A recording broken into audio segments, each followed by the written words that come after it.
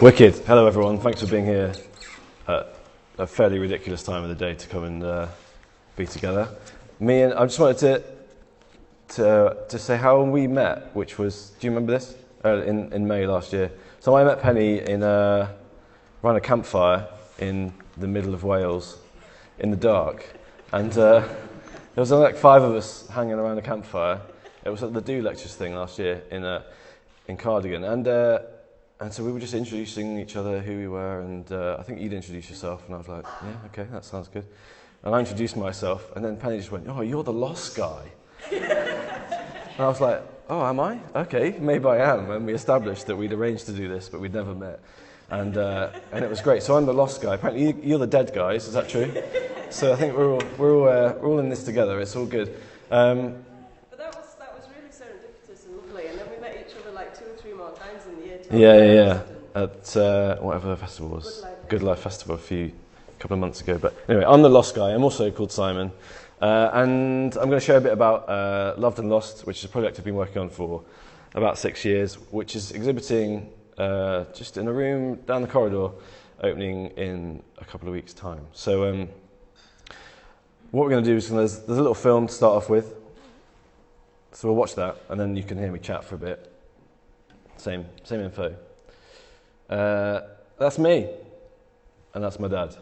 And my dad passed away about nearly 10 years ago, and so that was the sort of starting point for me working on this project. And I won't go on about this, but it's just cute, isn't it? It's great.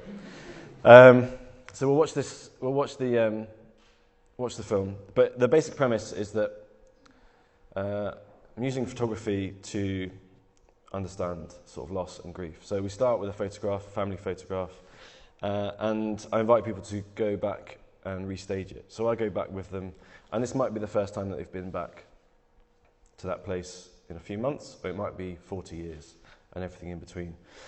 So we revisit that sort of that location, and then we sit down somewhere and have a chat about it. And it's really simple. It's just a chance for people to open up a bit, have a conversation about their experience of loss, their experience of restaging the photograph, and to celebrate that person who's no longer around.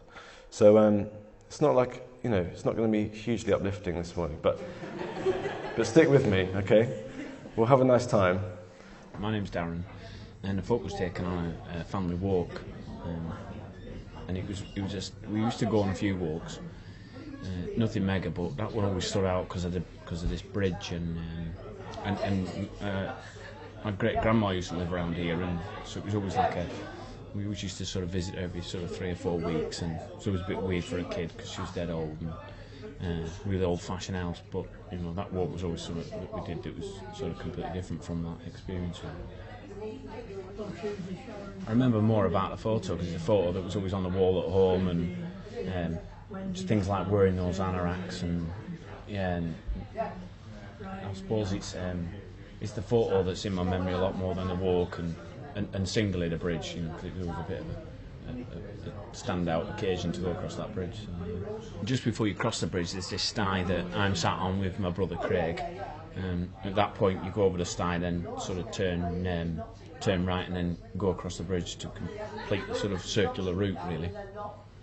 And my brother sort of grew quicker than me, so by the time he was about 11, he was as tall as me at 13. So, and we hung around and did lots of stuff together all the time, really. Where we lived, we had a wood behind our house, so we'd always play in a garden or go through the wood onto the park behind. And so yeah, we shared a bedroom for a long time. So we were very close, and we always did stuff together, and similar interests. Both loved playing football and lots of sports, really. So you can get a bit tagged into the cliches, can't you? He was always the nicest person, who always smiled and stuff like that. And he did smile a lot and was very positive. But he worked as a joiner, and he got an apprenticeship with the council, which was much sought after. And then he started working for a window firm, and he had this great relationship with my dad through that, because my dad likes doing all that. My dad's quite skilled with that. But he sort of.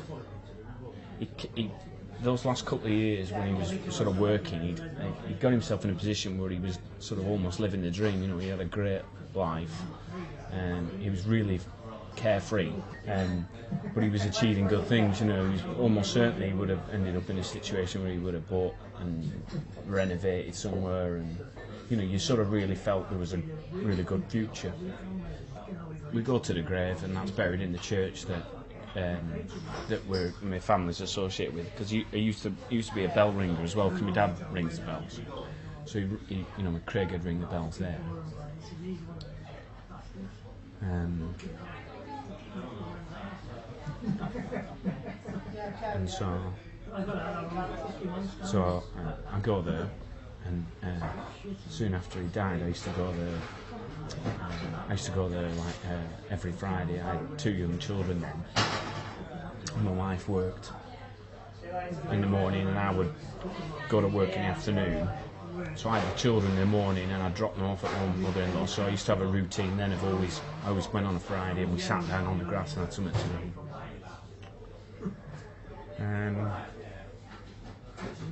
But now, and it's the saddest thing, I look back on that time bit and think, you know, he was still quite close then, you know, but you do move on, and in a way you don't want to, you know, because I think about him now on other occasions, and there might be a song that I associate with him, but certainly his birthday, that's the 4th of April, there's always a text message too I'll send to mum and dad, and then he's in my thoughts that day. And then the 29th of April, that was the day he died. So I remember talking to people at work after he died, you know, who didn't know him, and you know, a guy saying to me, you know, does it make you feel better to talk about it? And until he asked me that, I didn't really realise that it did, you know.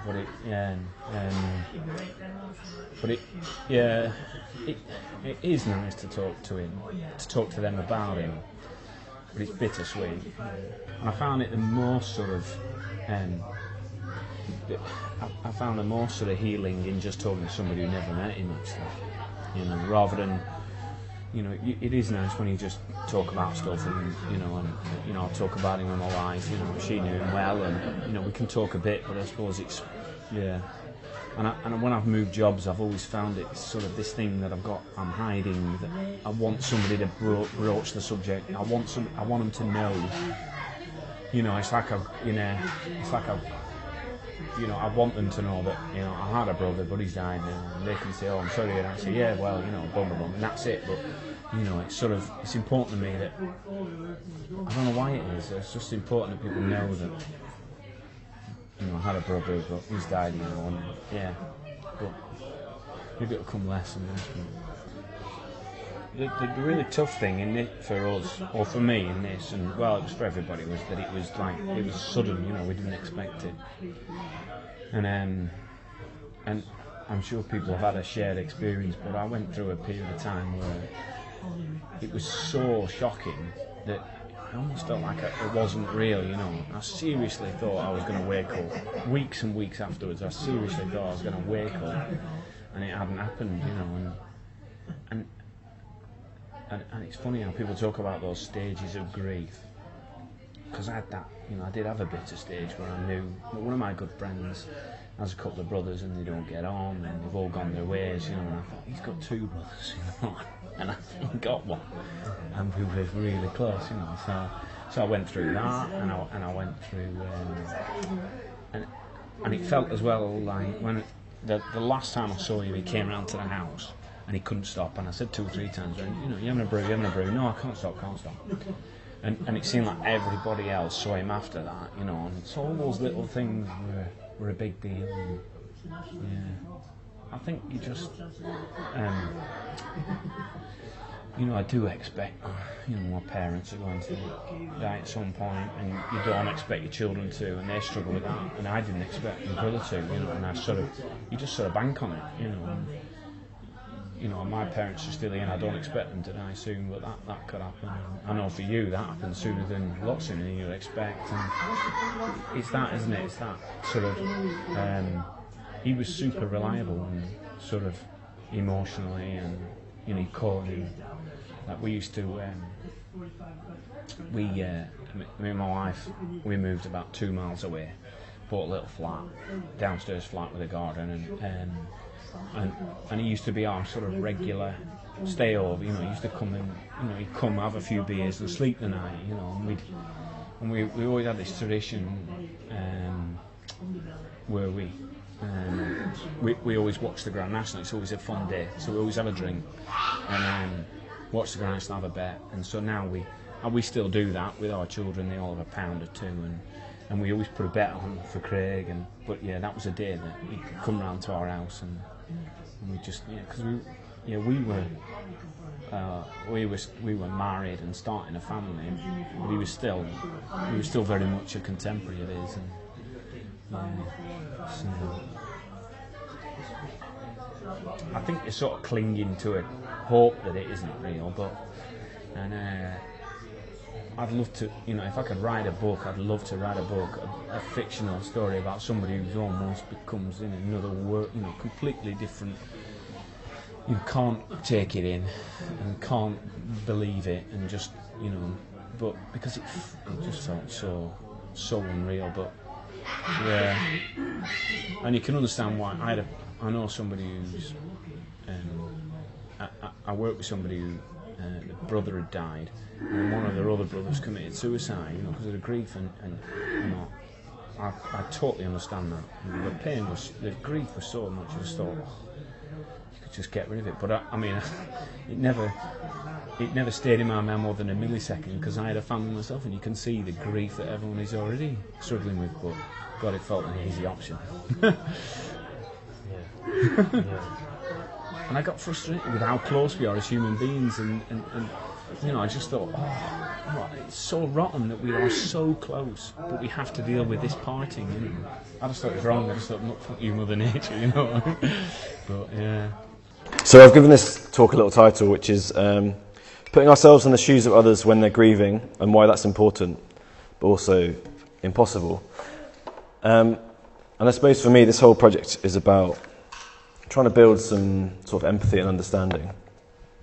Because maybe loss isn't something that you guys have ever experienced, or got sort of frame of reference for. And I'm really glad, actually, for you, if that's the case. But without bringing everything all the way down, unfortunately, at some point, that might change.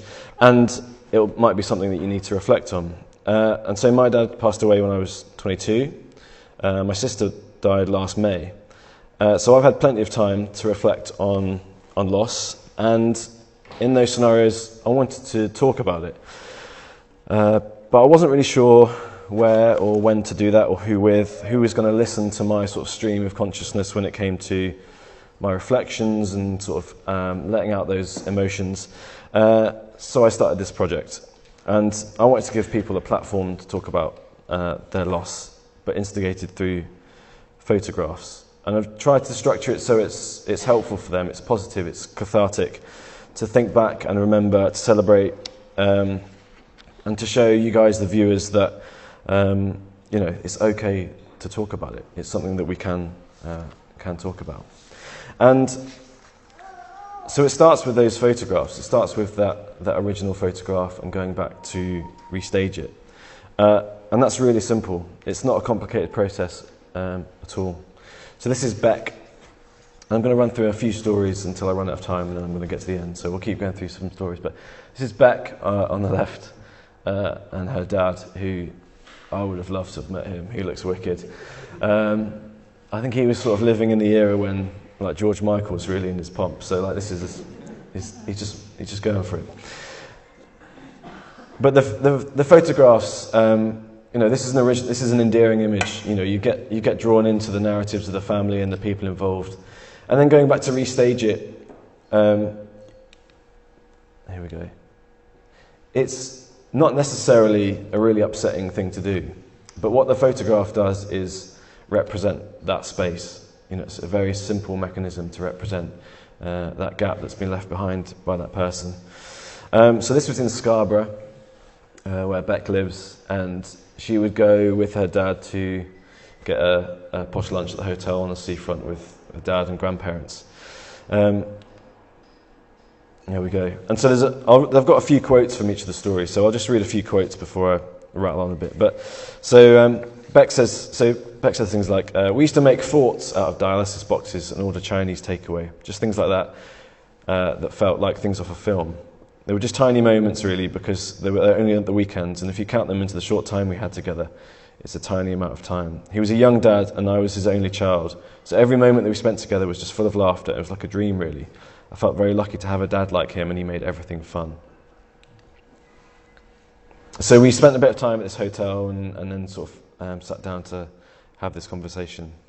And it's interesting when people sort of are reflecting and sort of what they start saying, and I don't know to what extent people have thought a lot about what they're going to say or whether that's sort of ingrained within them. But Beck talks about, and sort of reflecting back, she says, "I was desperately trying to remember every single thing about him because I was never going to see him again. As every year ticks by, I kind of start to forget more, and that's really scary. I find the only thing that gives me comfort is listening to music, because we both really love music. Bands like Hall & Oates, Go West and Hue and Cry. I don't know if any of you know those bands, but there's some incredible music there. I can just hear a song, it will bring back so many memories, and I love that. I'll always have that, and I'll always have the music." And so it was actually 20 years, very recently, about a month ago, that at the anniversary of Beck's dad passing away, she made a T-shirt with what looked like an album cover, a photo of him, and it was just absolutely class. I loved it. And so one of the things is that actually this experience changes you. Like, I wouldn't have made this project unless I'd had this experience of loss. And so Beck, she says at the end, "I'm going to go and do a counselling course at my local university because I want to be the person that is there for young people when they lose their loved one." So that it really instigates something, a real sort of step change in your life. You sort of reframe and you get that new perspective on things. And I think what she found hard is actually that a lot of people, basically everyone who's in her life now didn't really know her dad. So her partner and her son and lots of her friends have sort of moved away. And so she doesn't really have anyone to talk about her dad with. And so she found real comfort in sharing with me, who's a relative total stranger, about who her dad was and what he meant. So this is Nicola, and this is up in Beacon Fell in Lancashire. And we went back to restage this sort of childhood photograph in which she's the only person left. And this was one of the ones, it was 40 years on. So going back was a real sort of sensory experience for Nicola. And she sort of really had evidently had a long time to reflect on her experience. And so she came up with some really profound things. Those doors have just like got a mind of their own. Is that, yeah. Oh, it's okay, right. Anyway, we're fine. So Nicola, I'll just share a few quotes. She says, "When someone dies, it can be so shocking. You feel like it ought to be very, very noisy, like people banging drums and playing trombones and shouting. And actually it's very quiet because that person's gone. So you don't hear their voice anymore. And after the funeral, you're left in a very quiet place. Sometimes that can feel wrong because the feelings aren't very quiet." And then she says, "I remember when my mum died, I felt winded by the thought I would never see her again, ever. Not just that I wouldn't see her again, but forever and ever, and that was really hard. Life is never the same again. In this photograph, I'm a daughter and I'm a sister, and I'm no longer those things." So again, there's an acknowledgement that those relationships change as well. Your identity changes when you go through that experience of losing somebody. So, I had a sister, but no one now calls me their brother, and that's tricky. Like, it's a difficult dynamic to sort of address. And Nicola ended by saying, "I know that all three of them would have had huge compassion for me, the littlest one. They would say, 'You must live well,' and I think that's the best memorial you can give to someone when they've gone, to live well for them as well as for yourself." And she also talks about how the experience has given her a much deeper appreciation of beauty in the world, which is sort of one of the few positives of losing somebody, actually, and there's that sort of sense of perspective shift, which I alluded to earlier, is that you value things in a different way. Those small things become far less important, and those things that are beautiful and those small moments become very tangible. And obviously, as part of the process, there's a huge aspect of returning to a place, returning to a location. It's a crucial aspect of sort of recalling the memories and allowing the participants to return to their stories. So a lot of my work outside of this project as well is all based around the sort of our sensibility of and sort of connection to place. And there's a lot to be said for going back there and instigating a lot of the memories. There are sort of deeply formed attachments that we make to landscape and specific places, whether that's through like visiting and returning a lot of times, whether it's because this is the photo that was on the fridge for goodness knows how many years, and we just sort of long to go back there, and it feels very familiar just because of that sort of repetitive seeing. But the sights and the sounds, the smells, everything can sort of becomes part of the story. Again, through some of the photographs, and obviously the location becomes a sort of strong visual element within part of the project.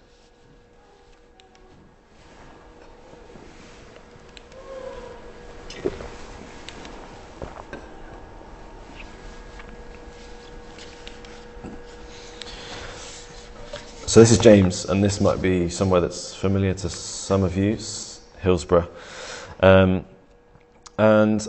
James has been a good friend for a long time, and going to Hillsborough with his dad was a routine they held for about 20 years. I was going to share a little bit about what that routine meant for James and his dad. James says, match day always had a routine. Dad would make up a flask. He was a tight Yorkshireman, so we weren't spending money on the kiosks. We'd make our way down to the ground, park the car in amongst the terraced houses, then walk down the hill, over the bridge and into our seats. We'd chat to the people we'd sat with for the last 15 years or so, and Dad had all sorts of routines. He wouldn't have a shower on match day. He always wore his Sheffield Wednesday boxer shorts, and he always had to have his hat in his bag. If we weren't doing well, it was, right, it's time for the hat. From when I was probably 12, Hillsborough was the thing that I did with my dad. For the next 20 odd years, come what may, most Saturdays, me and Dad would go to the match together. 97 and 98, row R, south stand, there are seats. It's not that our relationship was defined by football, but it was the thing that we gathered around, and it was something I didn't share with anyone else really. It was a special place. And I could really relate to that when I chatted with James. Me and my dad used to go and see Southampton. You can probably tell I'm not from round here, I'm from the south. Is that okay? But after Dad died, I used to sort of want to go and like call someone or text somebody to be like, probably not we've won, we don't win very often, but we scored a goal or something. And so it was a real privilege for me because this was the first time James had been back since his dad had passed away. And so this was just after a game. We went to a game together and we waited for everyone to go, and there were stewards just in the corner telling us to get out. And I was just like, no, just one more minute. But it was a real privilege to go with James and just sort of relive that routine. And there's something he says about the fact that after his dad passed away, he sort of stopped caring for a bit about Sheffield Wednesday, and he realised that the reason for going to Hillsborough wasn't really because he loved the football, it was because it was the thing that he did with his dad. It was a really important, integral part of their relationship. So I'll just read this quote from James. Dad had been diagnosed at the end of October and had deteriorated that season. But he was there on the last game, although he was very ill. Sheffield Wednesday had stayed up. He just kind of sat down, had a little look around and just began to cry. And I think he thought that would be his last game. I don't think the weight of the situation had escaped anybody, and I sort of said, "Oh, Dad, come on, stand up. We best get a picture." So the guys behind, who'd sat with us for years, took a photo, and then they started crying. It was a very poignant moment. And James shared this story on the Sheffield Wednesday forums. I don't know if any of you are keen Sheffield Wednesday forum attendees, but it got an amazing reaction on those forums. Just loads of what I presume are guys in their 20s, 30s, 40s talking about their relationships with their dad and football, whether it was oh yeah, I used to go to the football with my dad, but we don't go anymore. Maybe we should go again. Or, yeah, my dad passed away as well, and that's really reminiscent for me. Or, yeah, I've got a little boy now, and maybe that's something we could start doing together. And all these guys just started sort of pouring this stuff out, and it was really, that felt really special for me, that just the simplicity of me going to a football match with James, taking some pictures, sitting down for half an hour over a beer and having a conversation, had led to people considering what their relationship with their dad looked like through football. And with the Sheffield Wednesday won, which really helped actually.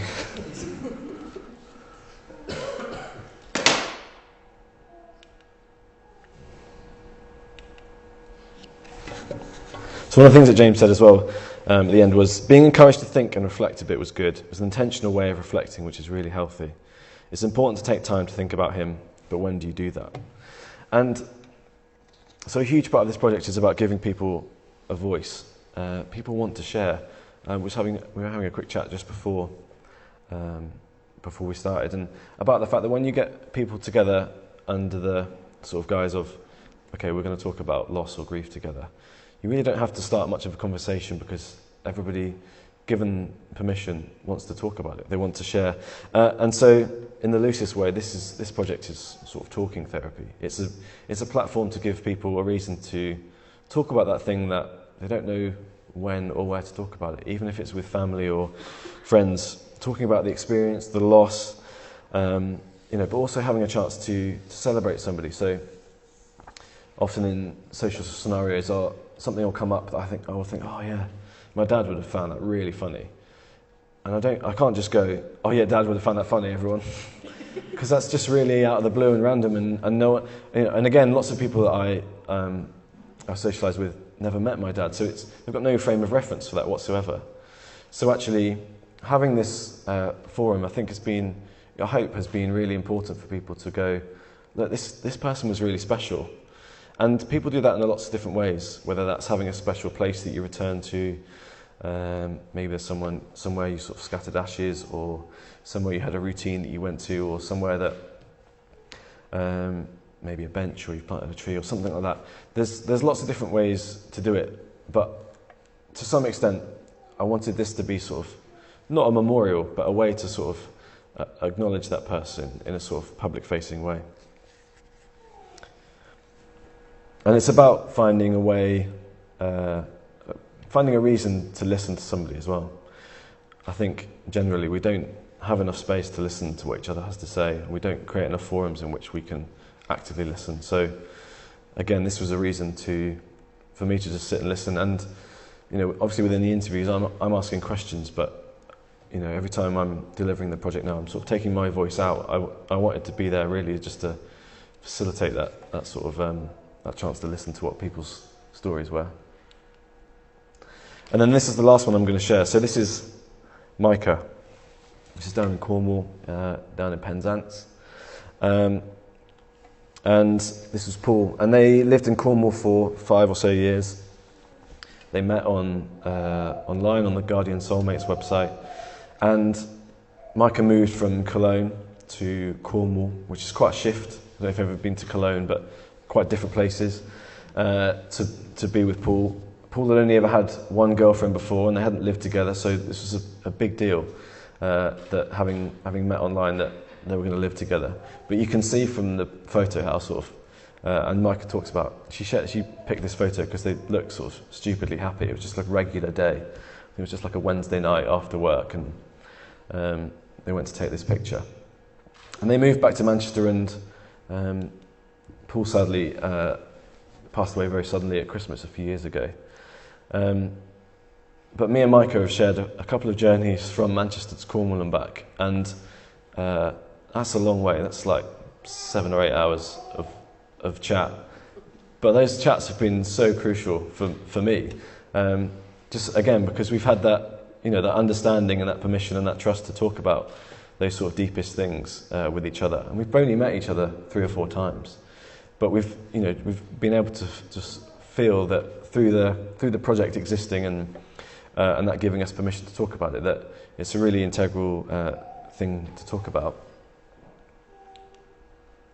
So I'll just share a couple of quotes from Micah's story. So Micah says, yeah, I chose that picture because we both looked so stupidly happy, and we really were. For me, it just expresses so much. It was by the sea, he was sitting behind me and hugging me, and he looked so happy in it as well, which I think adds to the beauty of the picture. By the sea, a bit windswept and love-swept.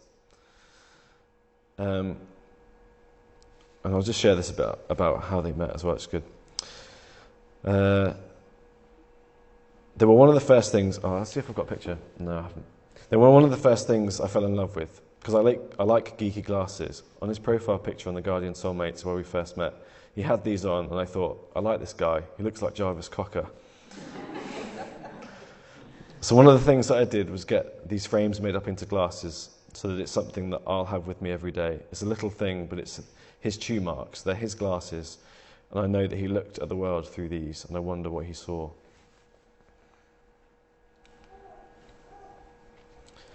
And then she talks a little bit about the sort of experience of loss as well. She says, that's one thing that loss does. You really don't care about others. It's a very selfish process. Selfish in a self-centered sort of way. You listen a lot more to what you need. And there's this cut-off point, and you think, is this where the world should stop? And it doesn't. This is where everything changed in the world, but the world keeps on spinning and spinning.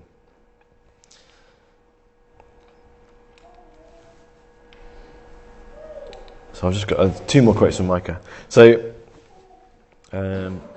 she says, sometimes the sadness just comes, doesn't it? It's very much like the waves. You watch them and they're fine, and then one will come and just hit you and soak you. And that's the one that hurts. That's probably the scary thing about grief. It's that feeling of a lack of control, like the waves.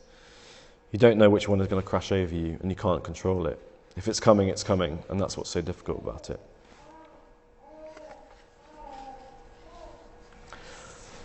So that's very candid, considering that was the first day we'd met. You know, we'd arranged to meet on the seafront in Penzance, like early on a Saturday morning. Spent, an hour or so taking some photos, and then found a cafe. And that was the conversation we had. And it didn't take a lot from me to, apart from inviting people into that space to talk about the experience. And I've been working on this project for over 6 years now. It's taken a lot of my time and energy. At times it's been exhausting to make, because talking about loss and sitting and spending a few days at a time editing people's stories can be pretty draining. And no one's been sort of paying me to travel up and down the country, meeting strangers, but hopefully you can see it's worth it, because I know it's helping people. I know it's helping the people who've taken part. I know it's helping people who've engaged with it online or through the media or exhibitions, because people send me emails from all over the world telling me it's helping them. And that's not complicated, because all they're saying is, thank you for sharing these stories. I feel very much like I'm sort of a facilitator in that sense. And it's been seen by about 3 million people around the world, and that seems crazy to me, but all that tells me is that there's a need to talk about things which are difficult to talk about, because there are people out there who want to acknowledge the experiences they've been through. And so the idea is that these stories offer some sort of solace in that quiet, when your friends or family have stopped asking and you might feel a bit alone about it, and you want to know that that feeling of anger or guilt or emptiness is sort of legitimate.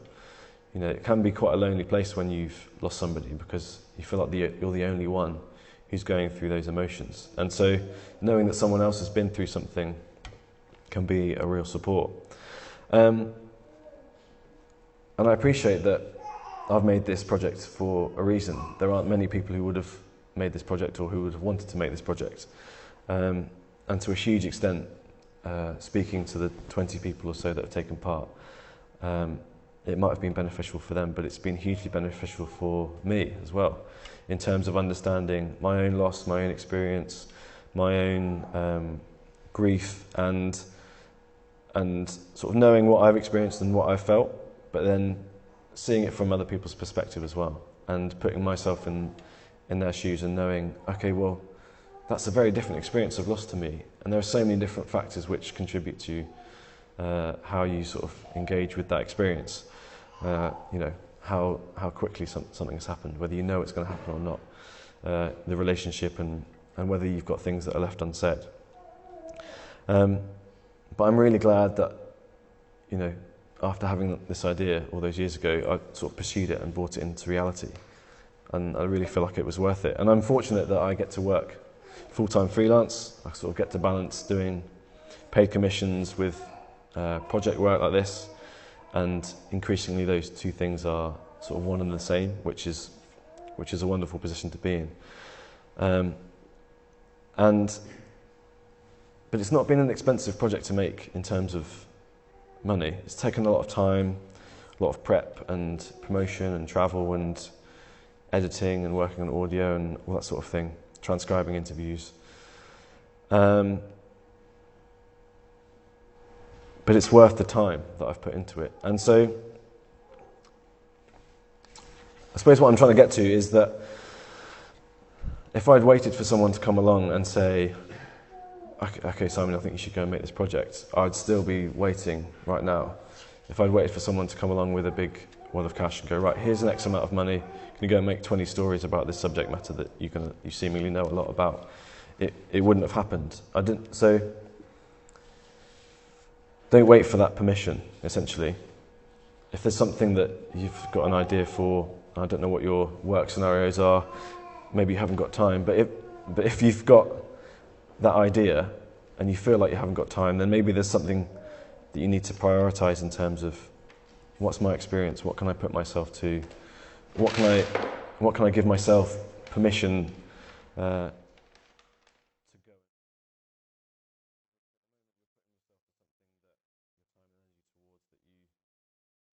You don't believe in as much as that other thing, then maybe it's it's worth taking that step back and saying, look, what changes can I make to pursue that thing that really means something?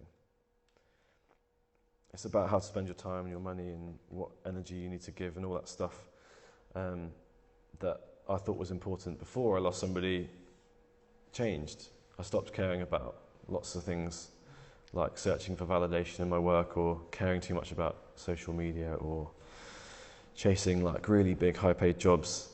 And I just have to be patient. You know, as I say, it's taken 6 years, but I've always felt like I was working towards something because there was value in what I was doing. Sort of, I knew I was on the right track. And I think if you can pick something up that you believe in, you'll know fairly quickly, like, I'm on the right track, I believe in this, it's got legs. And it might be that you're the only one that's going to back that idea for quite a long time. It might be that you're the one, you know, regardless of how good an idea it is, that no one else has got that same passion or energy for that idea as you have. And so what you have to do is prove it to everybody else. And as I say, you do have to be patient, you know, but you can keep pushing and you can keep knocking on doors until someone answers. But for me, that's a lot better than spending time just doing something that I haven't got that passion and haven't got that energy about.